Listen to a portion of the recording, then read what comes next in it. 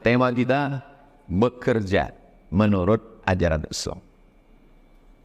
Jadi jangan bayangkan nabi-nabi itu hanya ibadah, tidak bekerja sama sekali. Nabi Idris, Adam Idris. Nabi Idris itu pekerjaannya menjahit. Sumbernya Ustadz, nama kitabnya Ad-Dasuki ala Ummil Barahid. Itu kitab tauhid yang dipakai di pondok sekolah tempat saya belajar di Al-Jamiatul Wasliyah Medan, Sumatera Utara. Jadi Nabi Idris itu menjahit. Waktu dia sedang menjahit, datanglah iblis membawa kulit telur ayam. Kata iblis, Idris, ya, sanggup tak Tuhan memasukkan dunia ke dalam cangkang telur ayam ini? Sebetulnya jawabannya mudah aja. Dunianya diperkecil, masuk ke telur ayam. Atau kulit telur ayamnya diperbesar, sehingga dunia muat. Kan mudah aja. Tapi karena yang nanya iblis, iblis itu kalau nanya, dia memang tidak perlu jawaban. Nabi Idris sedang menjahit. Idris, bisa tidak Tuhan memasukkan dunia ke dalam kulit telur ayam? Datang Nabi Idris, tusuknya mata iblis itu sebelah kiri. Tusuknya mata iblis itu pakai jarum. Itulah asal muasal iblis itu matanya buta sebelah. Jadi kita pun begitu. Kalau ada jamaah anak itu mau bertanya, memang nyari pengetahuan, kita jawab. Bukan berarti kita ada tanya jawab, ada. Dan saya tak pula mau bawa jarum ini sekarang. Jadi Nabi Idris itu menjahit. Adam, Idris, Nuh. Nabi Nuh alaihissalam hebat, membuat kapal, membuat sampan, perahu, bahtera. Maka ketika dia membuat itu bukan sesuatu yang asing, karena memang dia bisa melakukan itu. Wa alanna lahul hadid.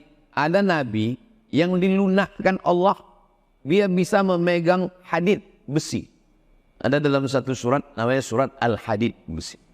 Ada juga saya tengok, lupa di jalan mana di Pekanbaru, Al-Hadid, bengkel. Cocok memang, besi kan? Al-Hadid. Ada juga di satu jalan, lupa di jalan. Saya kalau lewat itu saya tengok. Rumah makan Abu Lahab. Rupanya ujungnya P, bukan B. Abu Lahab. Oh, Lahab. Tidak salah. Entah masih ada atau tidak rumah makan. Bapak yang tugas di luar kota, kalau bukan baru ini banyak yang unik-unik. Tapi satu rumah makan yang Bapak jangan sampai makan di situ. Di samping Masjid Lamiro. Namanya rumah makan Mini Kaduo. Itu bahaya.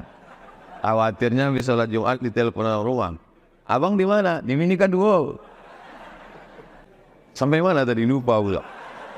Jadi Nabi Nuh itu, Nabi dilunakkan Allah. Biji besi itu bisa dipegangnya macam tepung yang lunak. Itu Nabi Daud alaihissalam.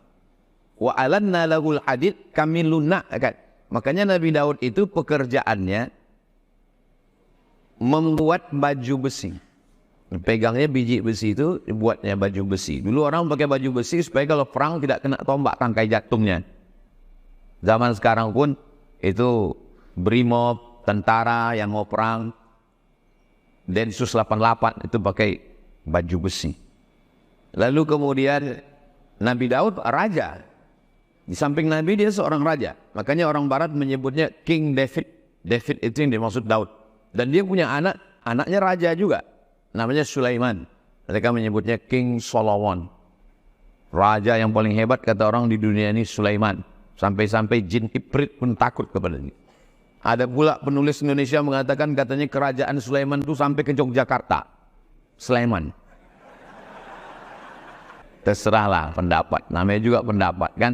Kalau mau bantah ya bantah juga pakai buku. Bantah juga dengan argumentasi. Sehingga berkembang dinamis. Tapi kesimpulannya bahwa nabi-nabi itu bekerja. Nabi Musa alaihissalam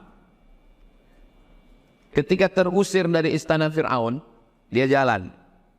Lalu kemudian dibawa oleh dua orang anak perempuan. Perempuan itu punya ayah namanya Syuaib. Sampai ke rumah Syuaib, kata anak Syuaib, inna khaira man ista'jartal qawiyul amin. Ya, ayah kan mau nyari karyawan, mau nyari pekerjaan. Iya, inilah orang yang paling tepat ya. Siapa dia? Musa. Loh, kenapa kamu bilang dia? Karena dia punya dua sifat. Yang pertama al-qawi, kuat. Yang kedua al-amin, orangnya jujur. Ada orang ini kuat tapi tak jujur, jangan pakai. Ada pula jujur tapi tak kuat. Yang lebih parah lagi, udahlah letoy, penipu. Yang paling bagus itu al-qawiyu, kuat dan amin, jujur. Lalu kemudian kata ayahnya, dari mana kau tahu Musa ini orangnya jujur? Berarti kau sudah lama kenal sama dia. Kata anak Syuaib, saya baru kenal tadi ya, baru sejam yang lalu. Waktu itu kami ngantri mau ngambil air. Panjang antrian. Karena sumur tempat air itu tertimpa batu yang menggelinding dari atas bukit. 30 orang laki-laki mendorong batu itu tidak bergerak.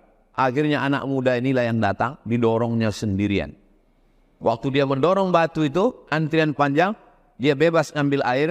Waktu itulah dia panggil kami dari antrian belakang. Ladies first. Yang perempuan so. Itulah aku tahu dia kuat. Oh, jadi baru kenal tadi? Iya. Dari mana kau tahu dia amin? Orangnya amanah. Waktu tadi aku menjunjung air, dia di belakang, aku di depan. Tiba-tiba angin bertiup kencang. Mohon maaf, nampak lekuk tubuhku. Di saat itu dia berpindah ke depan, kami yang di belakang. Di situ aku tahu dia jujur ya. Jadi perempuan zaman dulu itu bertiup angin baru nampak lekuknya. Sekarang tak ada angin pun nampak. Kalau menanam pokok kaktus, jangan ditanam di tepi-tepi. Kalau menanam pokok kaktus jangan ditanam di tepi-tepi. Saya tahu si Ani kurang fokus karena saya tengok udah datang kopi.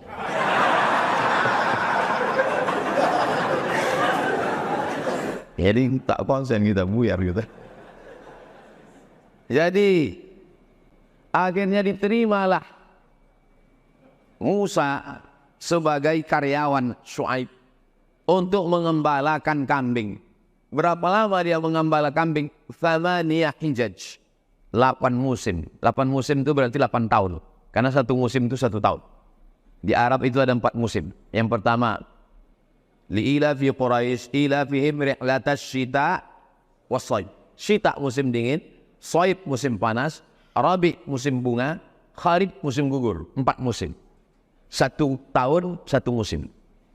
Jadi waktu di Mesir ditanya orang Arab itulah ke saya, Abdul Somad kata dia, ya di tempat kami ada 4 musim, Syita, Shaib, Kharif, Rabi. Tempat lain berapa musim? Oh, tempat kami banyak, saya bilang. Musim durian, musim rambutan, musim asap. Ada juga musim yang 5 tahun sekali. Nah inilah dia, tak lama lagi. Nah jadi mengembala kambing selama 8 tahun. Mahar menikah dengan anak Syuaib itu, maharnya dengan mengembalakan kambing 8 tahun. Kita bukalah Al-Quran itu dari mulai Al-Fatihah sampai An-Nas. Tidak ada satupun ayat yang bercerita tentang cantiknya anak Syuaib itu, tak ada. Bagaimanalah agaknya perempuan yang cantik sampai Musa mau mengembala kambing 8 tahun. Hanya ada 1 ayat. Tamshi ala istihya. Perempuan yang berjalan dengan sifat malu-malu. Maka kalau dapat perempuan yang punya rasa malu, maka layak kau perjuangkan walaupun mesti mengembala kambing 8 tahun lawan. Yang senyum yang belum nikah aja. Yang udah apa boleh buat. Jadi ternyata sifat perempuan malu. Jadi Al-Quran itu kalau dibaca, dia seperti permata, kata Syekh Abdullah Darraz. Seperti intan. Lihat sisi ini, dapat aspek pendidikan. Lihat aspek ini, dapat. Salah satunya adalah tentang pekerjaan. Nabi Muhammad SAW, apa pekerjaannya? Ayahnya meninggal, Abdullah. Ibunya meninggal, Aminah. Kakeknya meninggal, Abdul Muttalib. Sebatang kara. Ayahnya tak banyak meninggalkan harta warisan. Dari mana dia hidup? Dia menumpang di rumah pamannya, Abu Talib. Abu Talib paman paling miskin, anaknya banyak.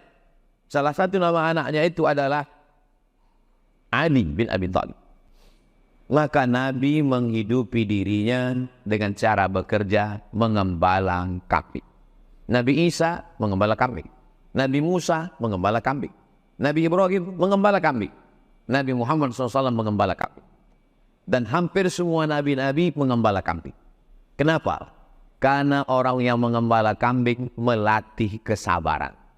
Kambing yang dibawa dari kandang pagi 30, pulang mesti 30. Kalau tinggal 29, gagal. Kambing yang dibawa 30, ke 30-nya mesti makan. Ada kambing yang larinya kencang, ada yang pelan, semua mesti dijaga, terpelihara. Makanya saya usulkan ke depan, caleg-caleg itu mesti mengembala kambing dulu. Sebelum dia mengembala manusia. Kenapa? Karena di situ dididik tentang kesabaran dan lain sebagainya. Barulah setelah dia agak lewat masa usia remaja, karena biasanya yang mengembala kambing ini remaja-remaja, barulah dia membawa barang dagangan. Dia tak ada duit, tidak punya barang-barang. Barang-barang itu punya perempuan kaya. Nama perempuan itu Khadijah. Datang orang bawa barang, nanti bagi hasil, untungnya sekian. Datang yang satu bawa barang-barang, bagi hasil, namanya mudharabah. Tapi ada yang unik. Setiap anak muda ini yang bawa laku berkali lipat ganda. Akhirnya Khadijah penasaran, siapa orang yang menjual barang ini? Kenapa kalau dia yang bawa laku terus? Aku mau lihat orangnya mana. Mereka bawalah Nabi Muhammad. Ketika itulah dia melihat Nabi. Seandainya difilmkan, suara yang paling tepat soundtracknya pas dia nengok itu. Begitulah agak-agak. Mana tahu ada adik-adik kita yang kreatif mau buat video pendek nanti kan. Tapi tak boleh menampakkan wajah Nabi, itu tak boleh. Makanya dalam film The Message itu yang dilihatkan hanya ontanya, tongkatnya, cahaya. Nabi Muhammad itu selalu diumpamakan sebagai nur. Makanya dia selalu waktu datang disambut Tala'al badru alaina. Badru artinya bulan purnama yang bercahaya. Dalam Quran dikatakan ja'akum minallahi nur, sudah datang kepada kamu dari Allah cahaya. Itulah mengapa selalu disandingkan nama dia dengan cahaya, Muhammad Nur.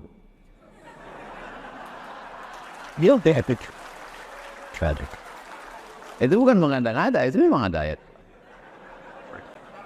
Ja'akum, sudah datang kepada kamu minallah, dari Allah Subhanahu wa taala, nur, cahaya. Karena dia dianggap menerangi alam semesta. Kita ini bisa melihat mana orang, mana tiang, mana dinding, itu bukan karena mata. Apakah kita melihat karena mata? Bukan. Kita melihat karena cahaya.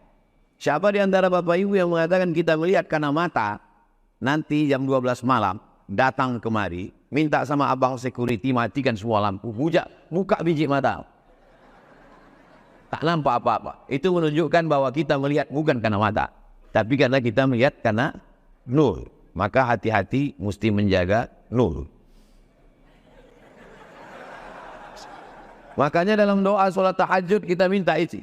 Allahumma ja'al fi qalbi nura, wa fi sam'i nura, wa fi basari nura.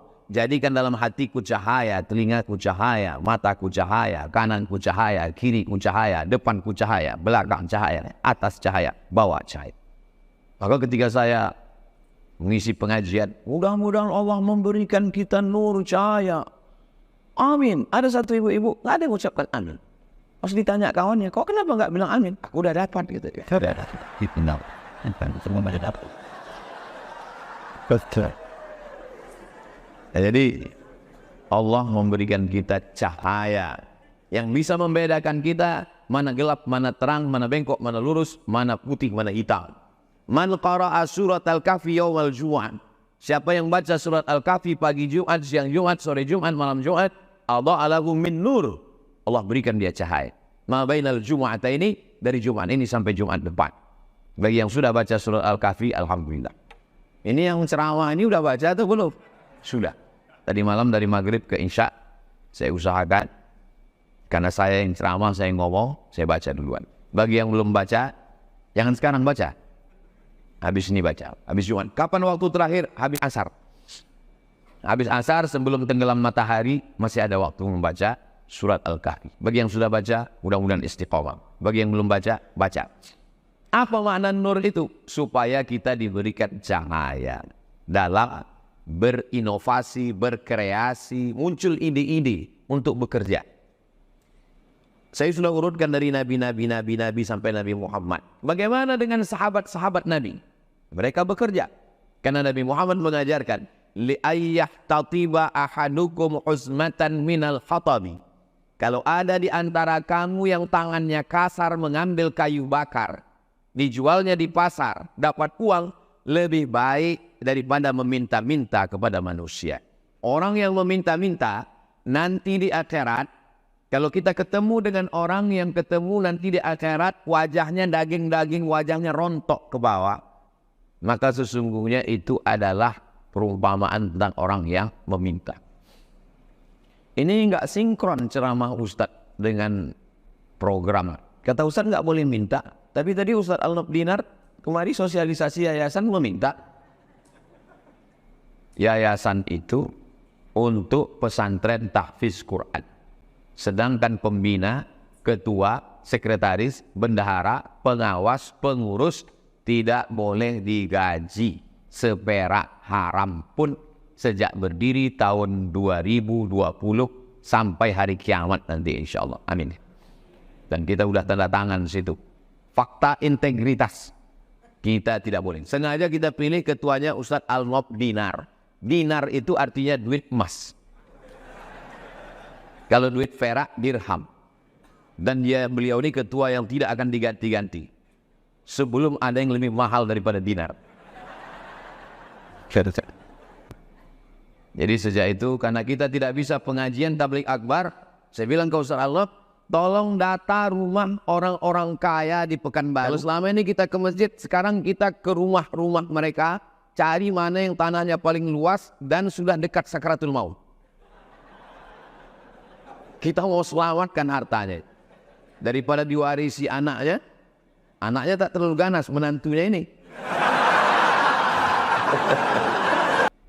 Apakah ulama-ulama itu bekerja? Ya, ulama tasawuf tak ada bekerja Pak Ustaz. Metik tasbih aja berzikir pagi, siang, malam. Ini orang pikniknya kurang jauh.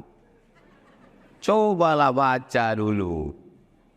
Ada seorang ulama, kitabnya sudah kita khatamkan. Waktu Covid saya tak pergi keluar baca kitab online, khatam. Risalah Al-Qushairiyah. Nama imamnya Imam Junaid Al-Baghdadi. Imam Junaid Al-Baghdadi punya ruko. Dia punya ruko. Pagi dia datang jual kaca. Kaca-kaca, mangkok, piring. Pagi dia datang, dia gelar sajadah. Dia buka sajadah. Kalau ada pembeli, dia layani. Habis itu kalau tak ada, dia sholat sunat. 400 rakaat. Habis itu kalau tak ada pembeli, tutup, pulang. Orang tanya, untuk apalah imam kau buka ini ruko? Supaya nanti di akhirat kalau aku ditanya Allah Subhanahu wa ta'ala, aku bisa menjawab, aku punya pekerjaan.